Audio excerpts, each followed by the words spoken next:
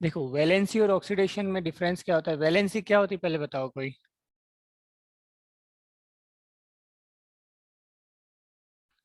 Anybody. The number of unpaired electron in the sir एक outermost atom shell. के last cell में जितने electrons होते हैं वो उसकी वैलेंसी डिसाइड करता है। यस, अनपेयर्ड इलेक्ट्रॉन, ठीक है, सिंगल इलेक्ट्रॉन, वो उसकी वैलेंसी होती है। तो फिर ऑक्सीडेशन स्टेट या नंबर क्या होता है, हम इसको बोल सकते हैं various valencies due to hybridization, ठीक है। if any elements is showing various kinds of different kinds of valencies है ना ड्यू टू हाइब्रिडाइजेशन, सो वहां पर हम उसको क्या बोल सकते हैं, ऑक्सीडेशन स्टेट। कुछ एग्जाम्पल के थ्रू हम समझेंगे इसको अभी।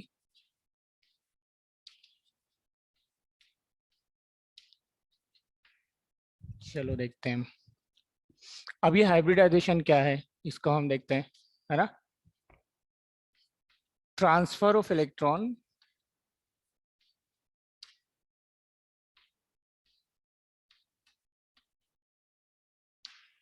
From one orbital to other one in the same shell, okay. But इसकी कंडीशंस क्या क्या होना चाहिए वो भी हम देख लेते हैं, अभी पूरा टॉपिक पढ़ेंगे इसलिए। यहाँ कंडीशन बेसिकली होना क्या चाहिए, पहला तो ये है कि कम से कम वन पेयर्ड इलेक्ट्रॉन होने चाहिए। पेयर्ड इलेक्ट्रॉन का मतलब टू इलेक्ट्रॉन एक साथ, ओके। तो देयर शुड बी पहले पेयर्ड इलेक्ट्रॉन्स। और सेकेंड कंडीशंस क्या बनती है इसी हाइब्रिडाइजेशन की, vacant orbital, at least one paired electron है। अगर वन वैकेंट ऑर्बिटल होगा तो वहां पर इलेक्ट्रॉन हाइब्रिडाइज कर जाएंगे। हम एग्जांपल लेते हैं पहले एक ऐसे एलिमेंट का कि उसको चेक करते हैं कि क्या वो हाइब्रिडाइजेशन शो करेगा कि नहीं, ठीक है। तो एग्जांपल के तौर पे हम समझते हैं सोडियम को। Do you know what is the atomic number of sodium? Anybody? 11। Good, 11. So अगर हम इसकी इलेक्ट्रॉनिक कन्फिग्रेशन चेक करें, 1s2, 2s2, 2p6 and 3s1. Okay, this is the electronic configuration 2, 4, 10, 11. तो ये शेल कौन सी है, this is K shell, second number पे L, and this is third, this is M shell. और याद रखना कि ये वाली जो कंडीशन होती है ना, ये बेसिकली अगर डी ब्लॉक के एलिमेंट्स को हम छोड़ दें, मतलब ट्रांजिशन एलिमेंट्स को अगर हम छोड़ देते हैं, तब यहाँ पर सेम शेल का कॉन्सेप्ट भी लग सकता है ना। यहाँ पर जो शेल होना चाहिए वो अगर सेम शेल है तो भी ये कॉन्सेप्ट लग सकता है। अब यहाँ सेम शेल कौन सी है, थर्ड वाली एम शेल। मतलब अगर हम हाइब्रिडाइजेशन की बात करेंगे except transition D block elements, तो हम उसकी इनर मोस्ट शेल की बात नहीं करते, हम जस्ट और जस्ट किस शेल की बात करेंगे, outermost, which is M shell. Third period भी बोल सकते हैं ना, हाइड्रोजन। सेकेंड में कौन होता है हाइड्रोजन के नीचे, लिथियम, लिथियम सोडियम, यहाँ सोडियम आ जाएगा। 2s1 lithium, 3s1 sodium. तो हम थर्ड शेल की बात कर रहे हैं, KLMN थर्ड पीरियड की बात कर रहे हैं। तो चलो इसका स्ट्रक्चर हम बनाते हैं। अगर तो this is 1s1, sorry 1s2। तो अगर यहाँ पर 2 इलेक्ट्रॉन्स हैं, इससे हमें कोई मतलब नहीं है क्योंकि इनर मोस्ट शेल है। उसके बाद 2s2, then 2p6। So according to aufbau, है ना, हम पढ़ेंगे आगे। अकॉर्डिंग टू अफबाउ क्या होता है कि यहाँ पर इलेक्ट्रॉन की फीलिंग्स होती है ना, वो 1 by 1 होना चाहिए। हम इसको ऐसे समझ सकते हैं कि suppose there are 5 benches are placed and we have 10 students, so how they could be arranged, we will arrange them 1 by 1.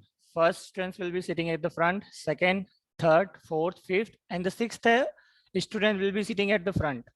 हम दो स्टूडेंट्स को एक साथ नहीं बिठा सकते, वन बाय वन हम बिठाएंगे और लास्ट वाले को जो नेक्स्ट सबसे फ्रंट पे वापस आ जाएगा। तो इस तरीके से एलिमेंट फिलिंग होती है, हमने देखी भी थी 10th क्लास में, बट हम रिवाइज कर लेंगे।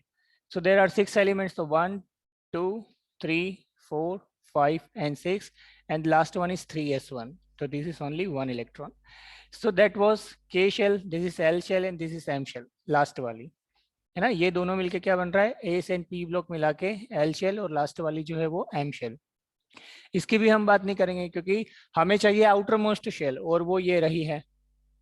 अब हमें ये चेक करना है कि अगर हाइब्रिडाइजेशन हमें अगर होना इसमें चाहिए सोडियम के अंदर, तो ये कंडीशन अप्लाई होना चाहिए। क्या सेम शेल है? बिल्कुल है, बट इस शेल के अंदर तो केवल क्या है, इस शेल के अंदर केवल क्या है, एस ब्लॉक, और हमें पता है एस के बाद पी ब्लॉक भी होगा, तो चलिए उसको भी बना लेते हैं हम पी ब्लॉक। तो कौन कौन सी कंडीशन अप्लाई हो रही है चेक करो। सेम शेल बिल्कुल है, M shell. Vacant orbital, yes vacant orbitals are there, 1 2 3 vacant orbital है। और paired electrons, is there any paired electron? Hello, no sir. नहीं है। तो क्या यहाँ पर हाइब्रिडाइजेशन पॉसिबल होगा? नहीं होगा, ठीक है ना, क्योंकि इन तीनों में से एक कंडीशन यहाँ पर अप्लाई नहीं हो रही है। अब चूंकि देखो, इस सोडियम को या तो नेक्स्ट सारे इलेक्ट्रॉन्स को गेन करके वो ऑर्गन बन जाए तो शेल कंप्लीट हो जाएगी, एम शेल। अदरवाइज ये वाला इलेक्ट्रॉन डोनेट करके वो ये वाली शेल कंप्लीट कर ले तो 2 4 6 8 10 बन जाएगा, नियोन बन जाएगा। यहाँ से यहाँ तक क्या है, नियोन है।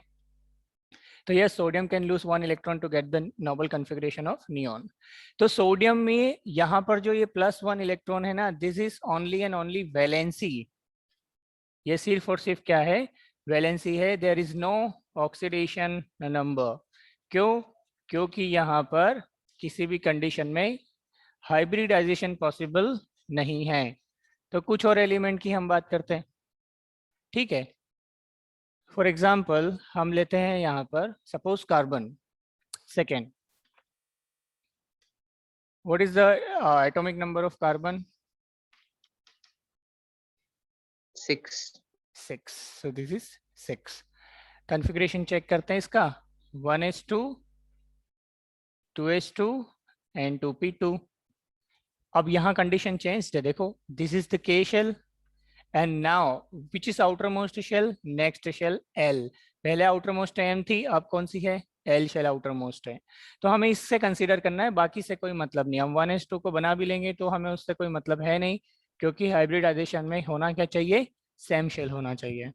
तो इसे हमें कोई मतलब नहीं। अब नेक्स्ट शेल देखते हैं 2s2, so this is 2s2 1 by 1 and 2p2 according to aufbau, अभी बताया मैंने 1 electrons will be filled out, तो ये 1 by 1 हो गया। क्या इनमें से कंडीशन अप्लाई हो रही है? सेम शेल की बात करते हैं हम, दिस इज सेम शेल, के बाद L. Vacant orbitals, yes there are 1 vacant orbital. Paired electron, yes we have paired electron in the same shell. तो यहाँ पर देखो हमारे पास में ये कंडीशन सारी अप्लाई हो गई। इसका मतलब यहाँ पर इलेक्ट्रॉन ट्रांसफर हो सकता है मैक्सिमम रिपल्शन के कारण, हम डी ब्लॉक में पढ़ेंगे नेक्स्ट ईयर, ठीक है। तो ये कंडीशन अप्लाई हो गई, ये सारी चीजें, मतलब ये इलेक्ट्रॉन रिपल्टिव नेचर के कारण अपने आप को क्या करेगा, जंप करेगा।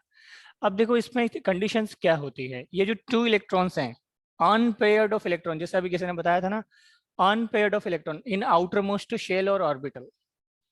वैलेंसी क्या है इसको हम समझते हैं, और ऑक्सीडेशन स्टेट की एक डेफिनेशन में बताता हूँ, उसको आप हमेशा याद रखना, है ना,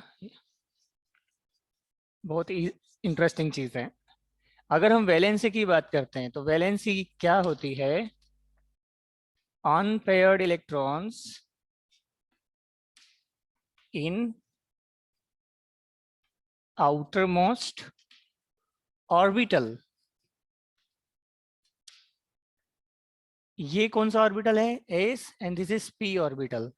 तो unpaired of electron in outermost orbital, there are 2 unpaired, that's why the valency of carbon would be +2 at ground state, है ना, +2। बट ऑक्सीडेशन नंबर की अगर हम बात करते हैं, ऑक्सीडेशन स्टेट की अगर हम बात करते हैं, तो उसकी डेफिनेशन क्या बन जाएगी, unpaired of electron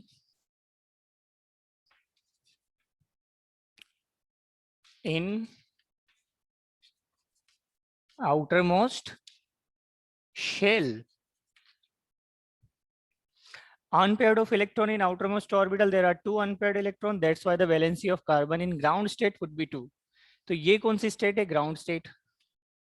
ground state का मतलब ये होता है कि जो एलिमेंट है ना वो किसी के साथ भी बॉन्डेड नहीं है, मतलब कभी वो किसी के साथ रिएक्ट नहीं किया हुआ है. कार्बन की जो खुद की टेंडेंसी होती है जिस कंडीशन में रहने की, जैसे wood, we can not say wood but we can say coal, graphite, diamond, इनके जो कार्बन होते हैं, कार्बन के एलिमेंट, वो क्या है यहाँ पर इन कंडीशंस में. लेकिन carbon dioxide, carbon monoxide, methane, glucose, इन सब कंपाउंड्स में या इन सब मॉलिक्यूल्स में कार्बन अपने ग्राउंड स्टेट में नहीं है. कार्बन अपने वैलेंस ये जो इलेक्ट्रॉन्स है इस ब्लॉक के, इसको जंप करवा के आउटर मोस्ट ऑर्बिटल में इसलिए ले जा रहा है क्योंकि ऑक्सीजन के साथ रिएक्ट करेगा तो वो नेगेटिव. ऑक्सीजन की टेंडेंसी क्या होती है? To gain electrons to get the noble configuration of neon. तो वो इलेक्ट्रॉन को अपनी तरफ पुल करेगा और इसके पास में इलेक्ट्रॉन है देने के लिए, तो of course it can donate. तो एक्साइटेड कंडीशन में क्या होता है? अब excited condition of ground state का मतलब ये होता है कि ग्राउंड स्टेट में कोई भी एलिमेंट अपनी उसकी जो नेचुरल तरीके से जिसमें रहेगा उसमें ही रहेगा, वो मतलब किसी के साथ बॉन्ड नहीं बनाएगा. लेकिन जैसे ही इसी कार्बन के साथ, सपोज ये कार्बन था कोल के फॉर्म में, okay, this is the carbon in the form of coal, कोई रिएक्शन नहीं कर रहा है. बट सपोज हमने ऑक्सीजन के साथ रिएक्शन करवा दी and we know that oxygen जो होगा उसकी वैलेंसी कितनी होती है? -2. इसको भी क्या बनना है? नोबल बनना है. इसको भी क्या बनना है? नोबल बनना है. मैंने आपको बताया हर एक एलिमेंट अपने आप को नोबल बनाना चाहता है. ये चौक हम गिरा देंगे नीचे, स्टेबल क्यों होना चाह रही है वो? कुछ तो लो फॉलो हो रहा होगा ना, यहाँ पे कुछ तो मैकेनिज्म काम कर रहा होगा. तो everything wants to be stabilize. Similarly अगर हम इनकी एलिमेंट्स की बात करते हैं तो ये स्टेबलाइज कैसे होंगे? After getting the noble electronic configuration, अपने शेल में इलेक्ट्रॉन्स कंप्लीट करके. अब चूंकि ऑक्सीजन -2 मतलब -2 इलेक्ट्रॉन्स गेन करके it can be changed into neon. क्या ऑक्सीजन इसके साथ रिएक्ट करके दोनों नोबल हो सकते हैं? देखते हैं हम. ऑक्सीजन को अगर 2 इलेक्ट्रॉन्स मिलते हैं तो इट कैन बी नोबलाइज्ड, नियॉन बन जाएगा, नियॉन जैसा बिहेव करेगा. कार्बन को या तो ये सारे इलेक्ट्रॉन्स फिल अप कर दें हम, 2 4 5 6 तो है ही सही, 7 8 9 10, तो ये नियॉन बन जाएगा. बट इतने सारे हम इलेक्ट्रॉन ले नहीं पा रहे हैं क्योंकि ऑक्सीजन है, उसकी इलेक्ट्रोनेगेटिविटी ज्यादा है. क्यों इलेक्ट्रोनेगेटिविटी ज्यादा है उसकी? क्योंकि वो नोबल कॉन्फ़िगरेशन के पास में आता है. कार्बन, नाइट्रोजन, ऑक्सीजन पहले आता है ना नियॉन से, इसलिए वो इलेक्ट्रॉन गेन करेगा, ये डोनेट करेगा. तो in this condition if it gets 2 electrons, यहाँ पर ऑलरेडी 2 इलेक्ट्रॉन्स और भी प्रेजेंट हैं, तो कार्बन मोनोऑक्साइड बन सकता है. ये 2 इलेक्ट्रॉन्स, अगर ये 2 इलेक्ट्रॉन डोनेट होते हैं इस ऑक्सीजन को तो ये क्या बन जाएगा? दिस इज कार्बन, है ना, और ऑक्सीजन को 2 इलेक्ट्रॉन चाहिए, तो ये 2 इलेक्ट्रॉन अगर इसको डोनेट होते हैं तो that would became carbon monoxide, CO. अभी भी देखो ग्राउंड स्टेट में ही है, लेकिन अगर हम एक और ऑक्सीजन को लेकर आ जाते हैं तो अब और अट्रैक्शन बढ़ रहा है ऑक्सीजन का, जिसके कारण ये इलेक्ट्रॉन भी जम करके कहाँ जाएगा? यहाँ पर, क्योंकि बॉन्ड्स बनाने की कोशिश कर रहे हैं ना. So these 2 electrons will form a bond with this oxygen and the remaining will form this oxygen. तो ये 2 ऑक्सीजन हो गए, 1 कार्बन हो गया. तो 1 कार्बन सब कितनी ऑक्सीजन जुड़ गई? 2. तो ये रहा -2 और ये रहा -2. अब चूंकि देखो कार्बन की वैलेंसी ग्राउंड स्टेट में थी 2, बट यहाँ एक्साइटेड कंडीशन, क्योंकि ऑक्सीजन के साथ रिएक्शन कर गया तो कार्बन की यहाँ पर अब वैलेंसी जो है वो हो गई 4. अब वही वैलेंसी को हम क्या कह रहे हैं? Various kinds of valency due to hybridization. ये इलेक्ट्रॉन जंप करके यहाँ गया ना, इसी को हम हाइब्रिडाइज होना कहते हैं. और जब हाइब्रिडाइजेशन होता है तो उस स्टेट को हम क्या कहते हैं? Excited state. क्योंकि आप देखो ध्यान से, इलेक्ट्रॉन एक्साइटेड हो गया अब यहाँ पर due to oxygen. So this is called excited state. So in this carbon dioxide, carbon is showing 4 valencies, which is actually a oxidation state. तो हमें यही पता लगाना है कि कार्बन की जो ग्राउंड स्टेट में वैलेंसी है, ठीक है, क्या उस वैलेंसी के अलावा किसी के साथ रिएक्शन करने से उसकी वैलेंसी चेंज हो रही है? और जो अगर वैलेंसी चेंज हुई उसी को हम क्या कहते हैं? उसकी ऑक्सीडेशन स्टेट. ओके, यहां तो कोई प्रॉब्लम है या कुछ डाउट है किसी को? No sir. Okay, good. No sir.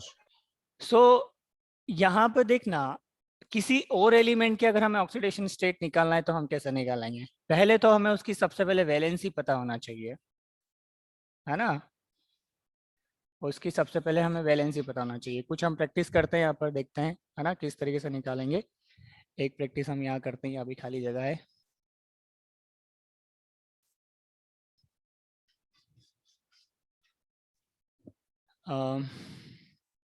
चलो बताओ।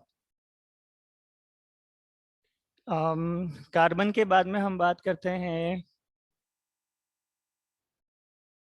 नाइट्रोजन की। क्या नाइट्रोजन हाइब्रिडाइजेशन कर सकता है? यस और नो? देखो एग्जाम्पल के तौर पे आप समझो ना, नाइट्रोजन इसके बाद होगा, कार्बन के 7 इलेक्ट्रॉन्स होंगे, मतलब एक इलेक्ट्रॉन फिल हम यहाँ कर देंगे, तो कंडीशन ऑफ फिलफुल नहीं होगी। देखो पेयर्ड इलेक्ट्रॉन है, बिल्कुल है, सेम शेल है, बिल्कुल है, लेकिन वेकेंट ऑर्बिटल नहीं है। तो नाइट्रोजन की जो वैलेंसी है वो -3 है, उसकी ऑक्सीडेशन स्टेट भी -3 है ना। तो ऐसे एलिमेंट जिसमें हाइब्रिडाइजेशन नहीं होता है उसकी वैलेंसी ही उसकी ऑक्सीडेशन स्टेट हो जाती है, तो -3। कार्बन के पहले कौन आती है? देखो बोरोन, 5 होता है ना बोरोन, तो कार्बन के पहले बोरोन है। तो आप देखो ध्यान से, बोरोन में कितने इलेक्ट्रॉन्स होते हैं? टोटल 5, तो 1 2 3 4 और ये यहाँ पर 5। तो बोरोन की ग्राउंड स्टेट में वैलेंसी कितनी है? 1, लेकिन अगर एक्साइटेड कंडीशन की बात करें तो ये इलेक्ट्रॉन यहाँ जाएगा तो कितनी हो जाएगी? 3। ओके, तो बोरोन में भी हाइब्रिडाइजेशन पॉसिबल होती है। कुछ कॉम्प्लेक्स एग्जांपल देखते हैं जिसकी हाइब्रिडाइजेशन हम निकालेंगे, और उस एलिमेंट में हम बेसिकली डी ब्लॉक के एलिमेंट्स को लेंगे, ठीक है ना। तो मैं यहाँ बता देता हूँ। सपोज हमारे पास एग्जांपल आ गया KMnO4, जिसका बहुत ज्यादा यूज करेंगे हम।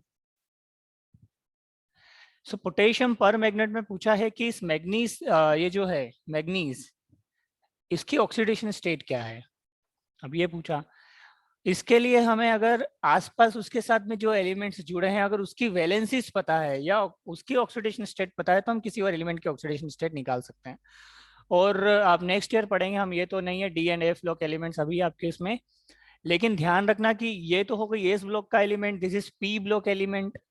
और डी ब्लॉक के जो एलिमेंट्स होते हैं उसमें जो वैलेंसीज होती है वो बहुत अलग अलग होती है, मतलब मिनिमम +2 से मैक्सिमम +7 तक हो सकती है। So they show various kinds of valencies. That's why they have a greater tendency to have oxidation state or number. जैसे manganese belongs to D block element. तो देखते हैं यहाँ पर क्या है। देखो potassium, what is the valency of potassium? जल्दी बताओ। अरे यार बेटा क्या कर रहे हो? +1, yes or no? दर्शिता?